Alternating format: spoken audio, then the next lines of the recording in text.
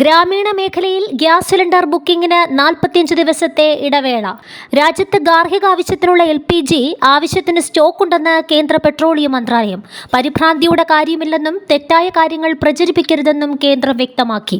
വലിയ പ്രതിസന്ധി ഒഴിവാക്കാനാണ് ബുക്കിംഗിൽ ചെറിയ നിയന്ത്രണങ്ങൾ വരുത്തിയത്. ഗ്രാമീണ മേഖലയിൽ ഗ്യാസ് സിലിണ്ടർ ബുക്ക് ചെയ്യുന്നതിനുള്ള ഇടവേള 45 ദിവസമാക്കിയിട്ടുണ്ടെന്നും കേന്ദ്രം അറിയിച്ചു. 50 ലക്ഷം സിലിണ്ടറുകൾ ദിവസേന വിതരണം ചെയ്യുന്നുണ്ട്. പരിഭ്രാന്തി പരത്തുന്ന വാർത്തകൾ പ്രചരിപ്പിക്കരുതെന്നും കേന്ദ്രം അഭ്യർത്ഥിച്ചു. LPG ക്ഷാമം ഉണ്ടെന്ന നിലയിൽ തെറ്റായ കാര്യങ്ങൾ പ്രചരിപ്പിക്കരുതെന്ന് കേന്ദ്ര വാർത്താ വിതരണ മന്ത്രാലയവും വാർത്താ സമ്മേളനത്തിൽ പറഞ്ഞു.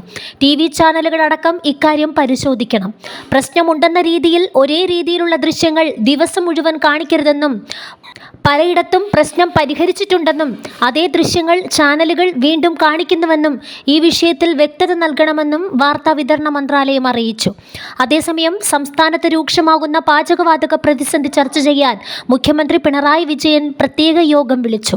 മന്ത്രിമാരായ KN Balagopal, GR Anil, MP Rajesh, chief secretary, ബന്ധപ്പെട്ട വകുപ്പ് സെക്രട്ടറിമാർ, പൊതുമേഖലാ എണ്ണ കമ്പനി പ്രതിനിധികൾ എന്നിവർ യോഗത്തിൽ പങ്കെടുക്കും.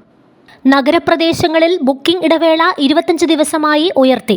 17 ദിവസമായിരുന്ന ബുക്കിംഗ് ഇടവേള നേരത്തെ 21 ദിവസമാക്കി ദീർഘിപ്പിച്ചിരുന്നു. ഇതാണ് വീണ്ടും വർദ്ധിപ്പിച്ചിരിക്കുന്നത്.